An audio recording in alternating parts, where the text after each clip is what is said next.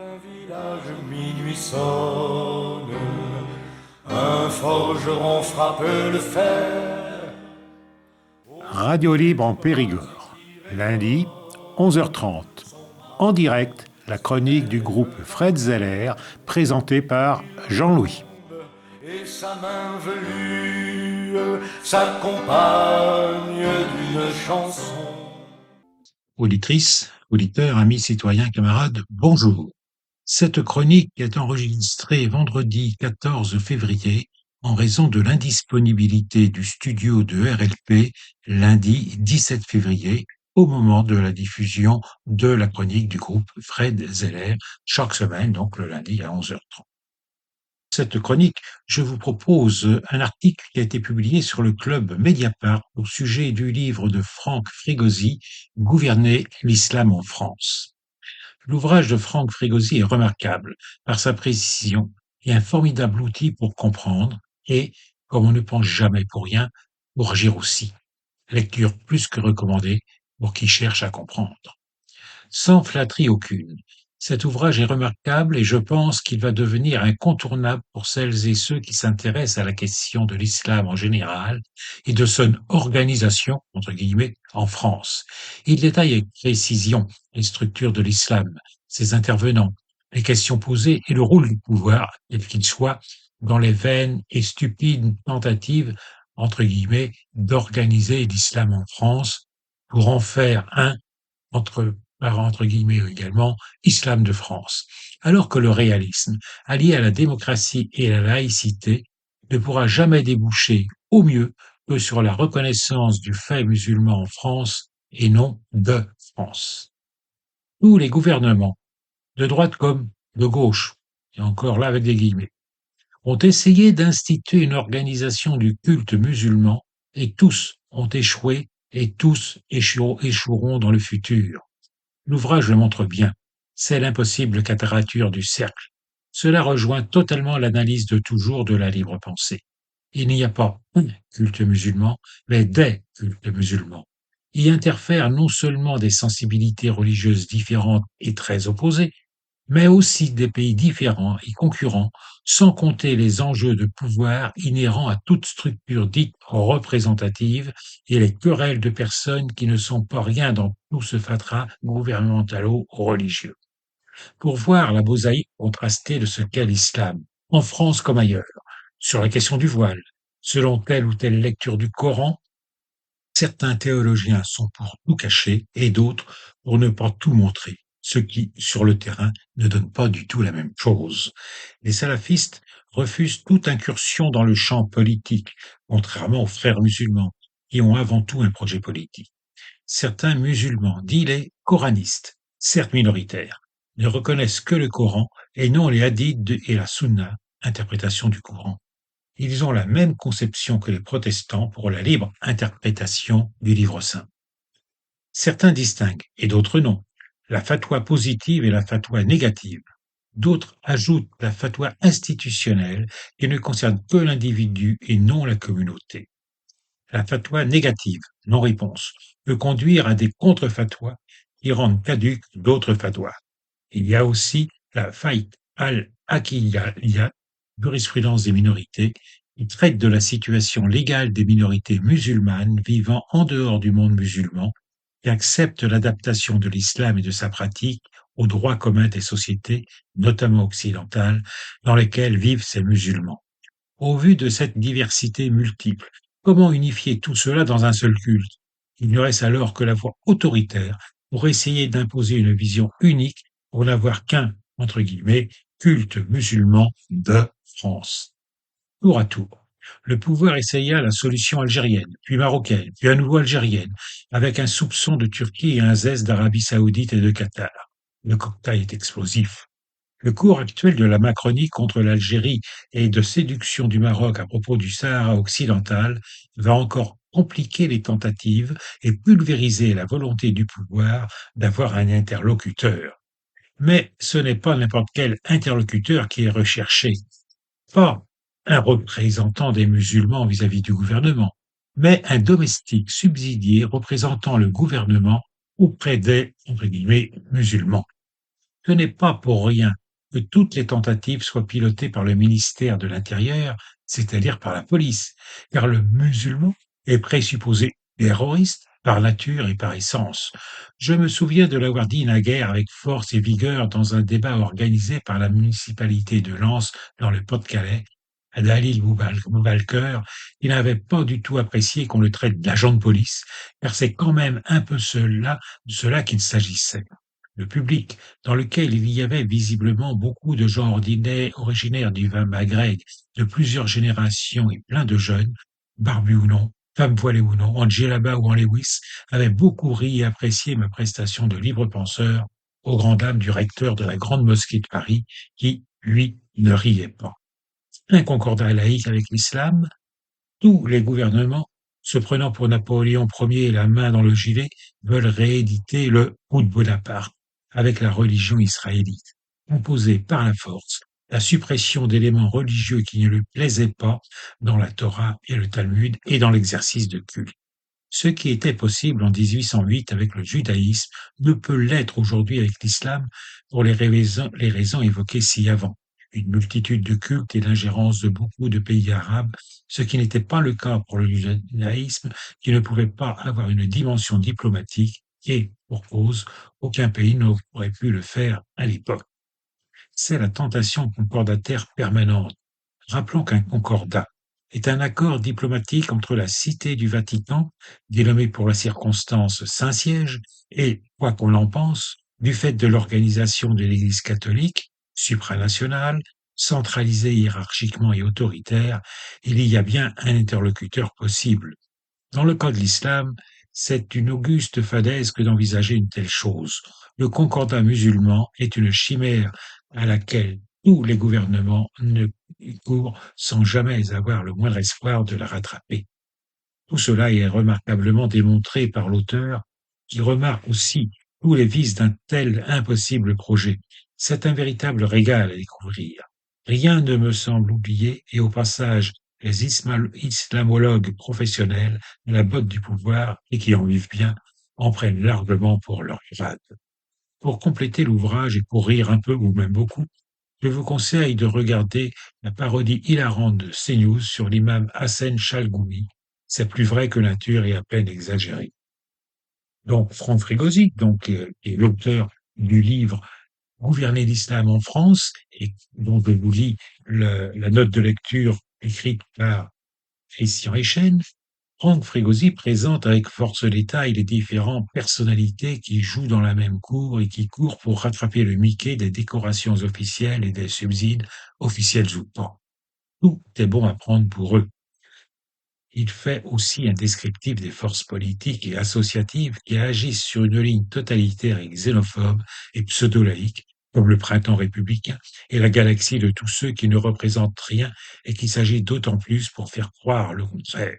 Les génies villages autoproclamés veulent faire dire à la laïcité et à la loi du 9 décembre 1905 strictement le contraire de leur principe de liberté et qui parlent du code de la laïcité pour en fait un nouveau code pénal toujours plus répressif.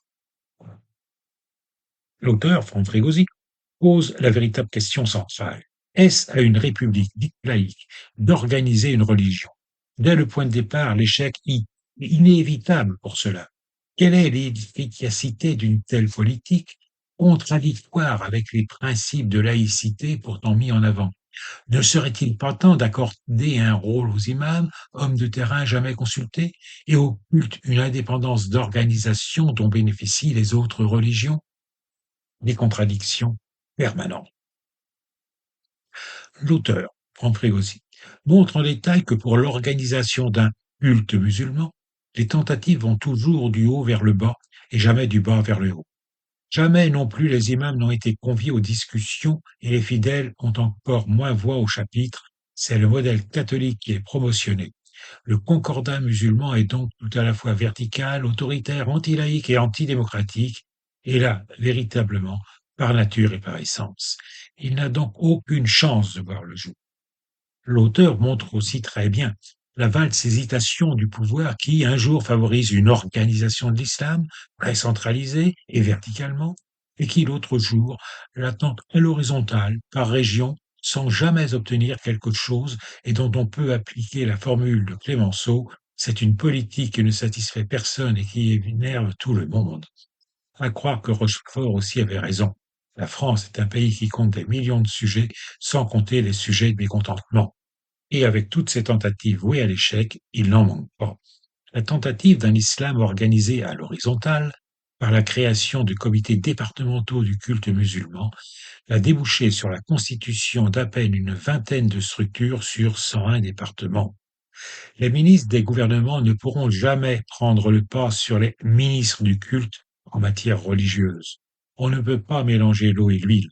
Pourtant, plus l'impossibilité théorique et pratique se manifeste dans un tel projet, plus les gouvernements haussent le ton et répriment de plus en plus.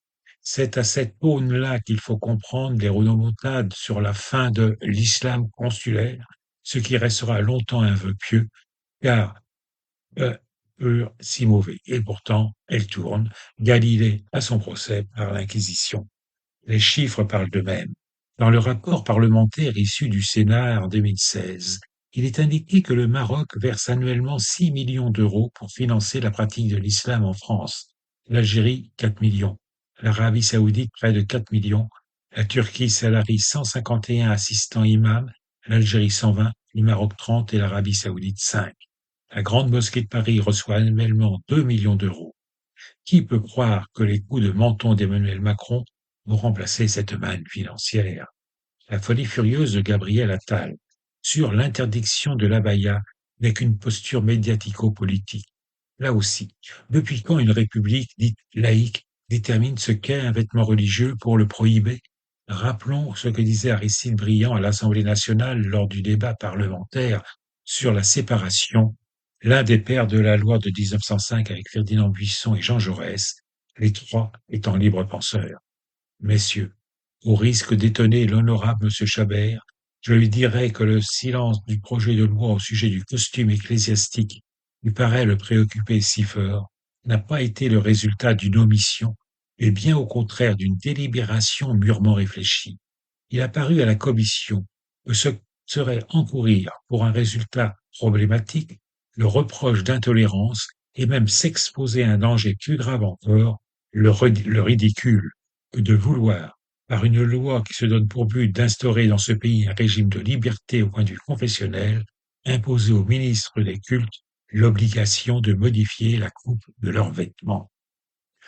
Je ferai du reste observer à l'honorable monsieur Chabert que le problème n'est pas aussi simple ni aussi facile à résoudre qu'il semble le supposer.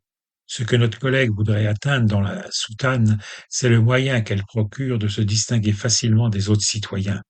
Mais la soutane une fois supprimée, monsieur Chabert peut être sûr que, si l'Église devait y trouver son intérêt, l'ingéniosité combinée des prêtres et des tailleurs aurait au fait de créer un nouveau vêtement qui ne serait plus la soutane, mais se différencierait encore assez du veston et de la redingote pour permettre aux passants de distinguer au premier coup d'œil un prêtre de tout autre citoyen. Tout était dit, et pour longtemps. Il en est de même de la loi du 24 août 2024 dite loi séparatisme, qui s'allie et complète dans le même temps la loi sécurité globale, toutes deux lois liberticides. Il forge une chaîne et l'appelle liberté, Victor Hugo en 1850, contre la loi du vicomte de Falloux, qui livrait l'enseignement public au clergé catholique.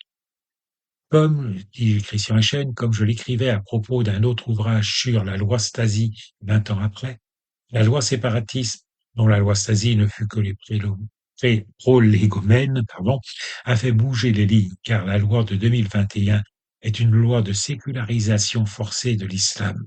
L'objectif est clairement fixé, faire disparaître du paysage collectif et privé une présence de l'islam et surtout des musulmans qui sont relégués par nature et par essence à la portion congrue à la table de la République.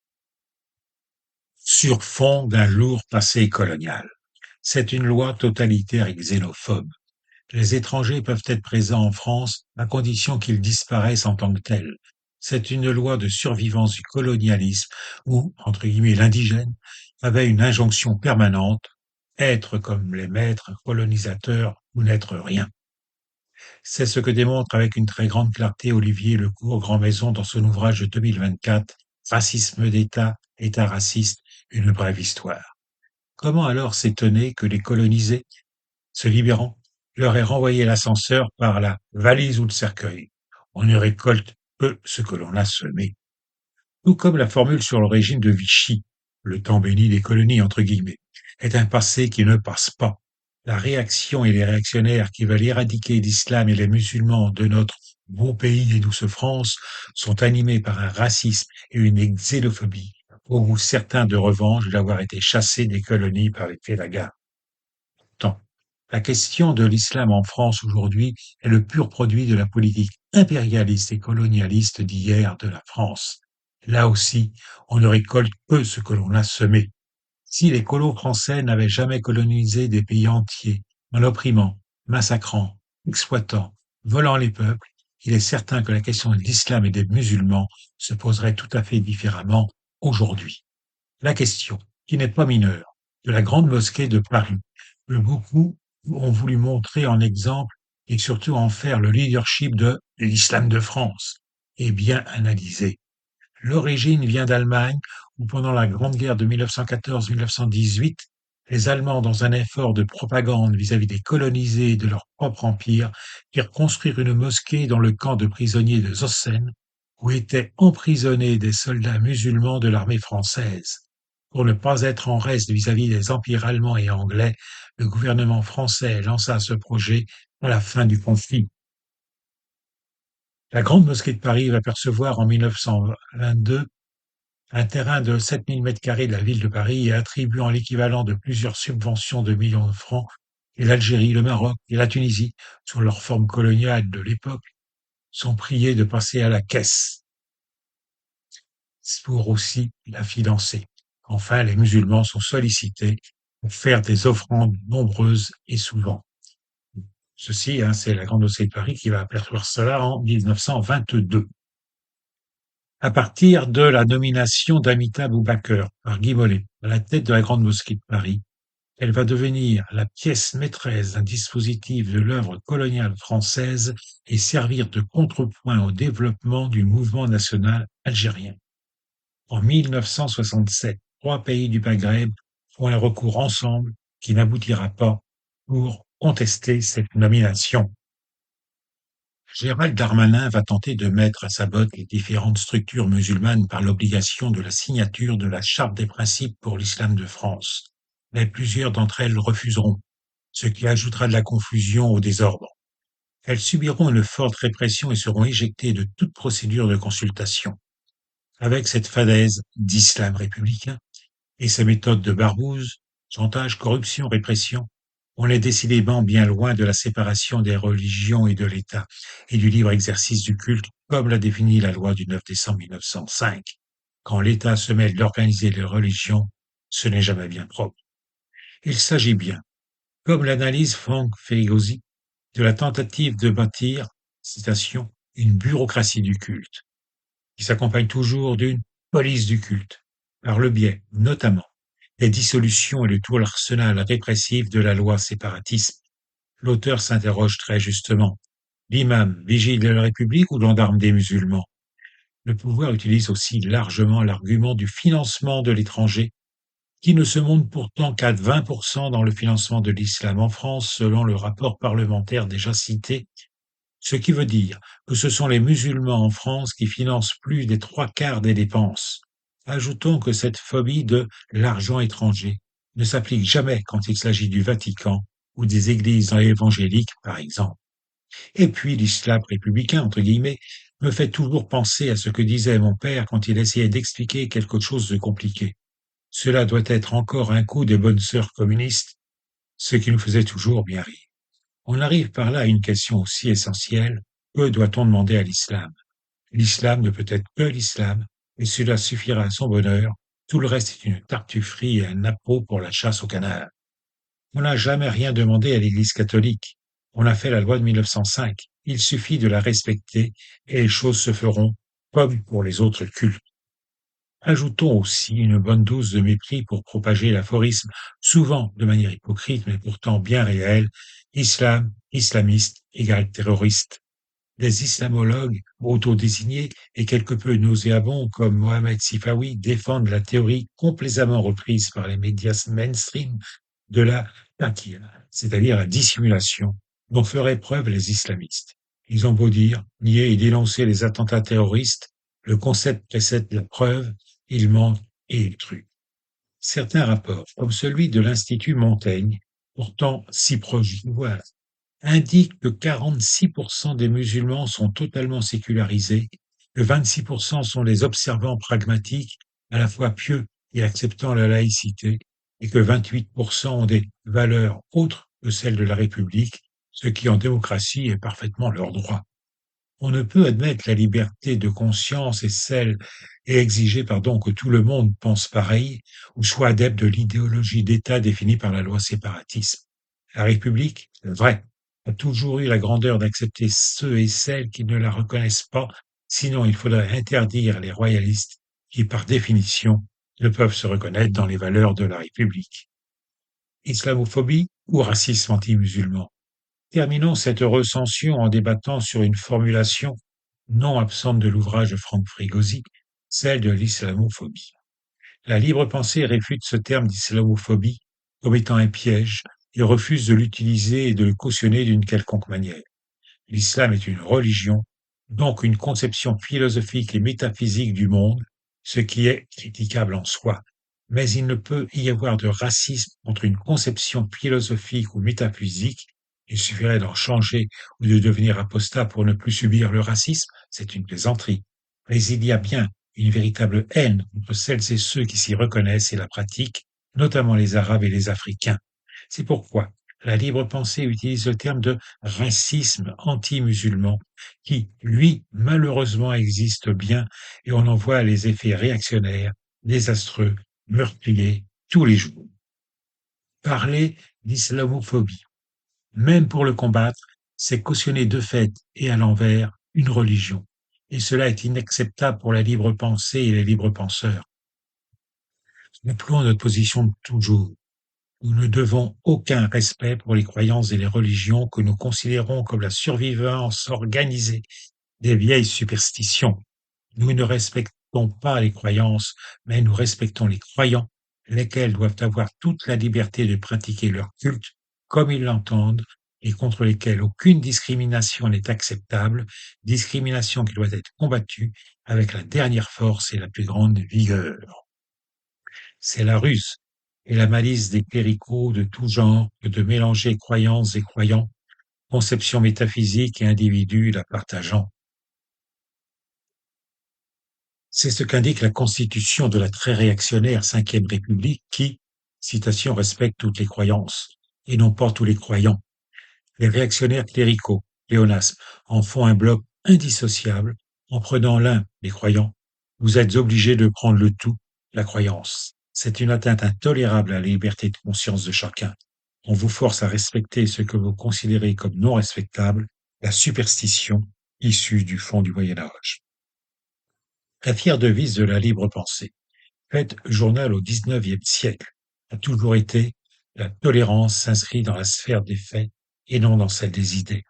L'ouvrage de Franck Frégosi est remarquable par sa précision et un formidable outil pour comprendre et, comme on ne le pense jamais pour rien, pour agir aussi. Je ne saurais, dit Christian Echene, que vous le recommander à lire et à découvrir. Je rappelle donc que cette recension de Christian Echene concerne le livre de Franck Frégosi, Gouverner l'islam en France. Voilà, donc c'est terminé pour cet article qui a donc été publié dans le Globe Mediapart, et je vous propose maintenant d'en venir au choix musical de cette chronique. C'est, je vous propose pour aujourd'hui d'écouter un musicien, un harmoniciste. L'harmonica a une place très importante dans le blues et de nombreux interprètes, chanteurs et musiciens ont utilisé l'harmonica pour accompagner ces chansons. Alors aujourd'hui, et je pense que nous aurons d'autres occasions d'écouter les harmonicistes, je vous propose Sonny Boy Williamson, I'm a Lonely Man. Voilà, nous écoutons et je vous donne rendez-vous tout de suite à la prochaine chronique du groupe Fred Zeller, qui tiendra donc le lundi 24 février. Et là, je pense que ce sera en direct et nouveau. Merci, bonne semaine.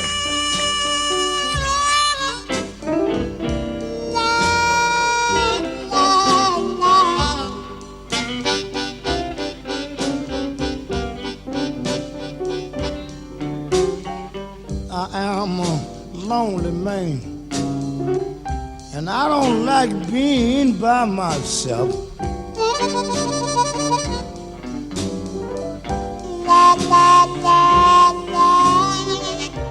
I'm a lonely man, and I don't like being by myself.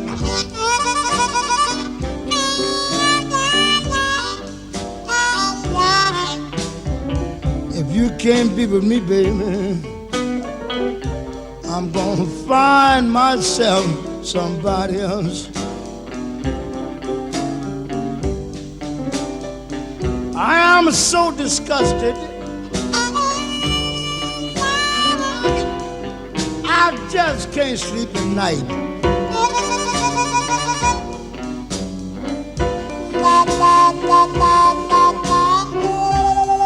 So disgusted, baby, till I just can't sleep at night.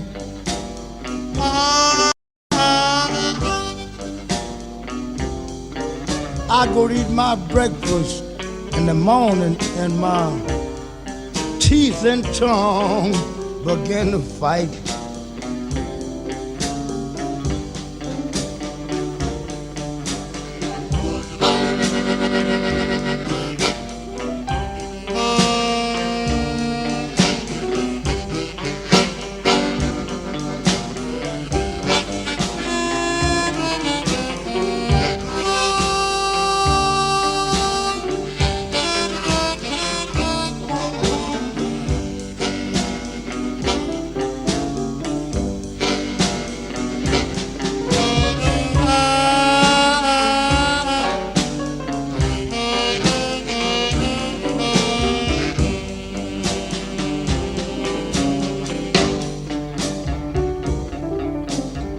You don't have to talk, I will talk for you. You don't have to walk, little girl, you know I'll take time and walk with you. Let me hold your hand, little girl, I'll make you understand.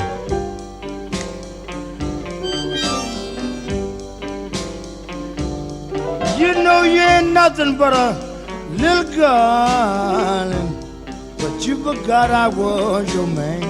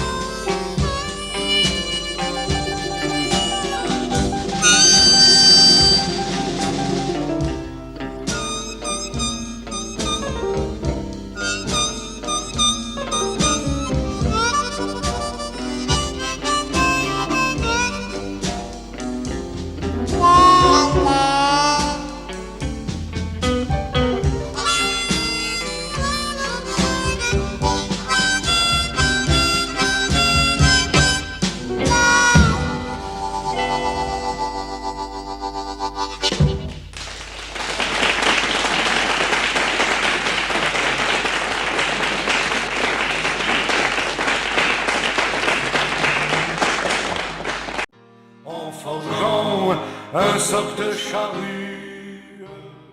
C'était la chronique du groupe Fred Zeller de La Libre Pensée de Dordogne. Vous pourrez réécouter cette chronique en rediffusion jeudi de 16h à 16h30 ou samedi de 17h30 à 18h. Vous pouvez également écouter cette chronique en podcast sur le site de Radio Libre en Périgord et vous pouvez également retrouver sur le site du groupe Fred Zeller, lpdordogne.fr, toutes les chroniques du groupe Fred Zeller sur Radio Libre en Périgord. Nous vous donnons rendez-vous pour une prochaine chronique, la semaine prochaine, dès lundi, 11h30. Elle tient ton glaive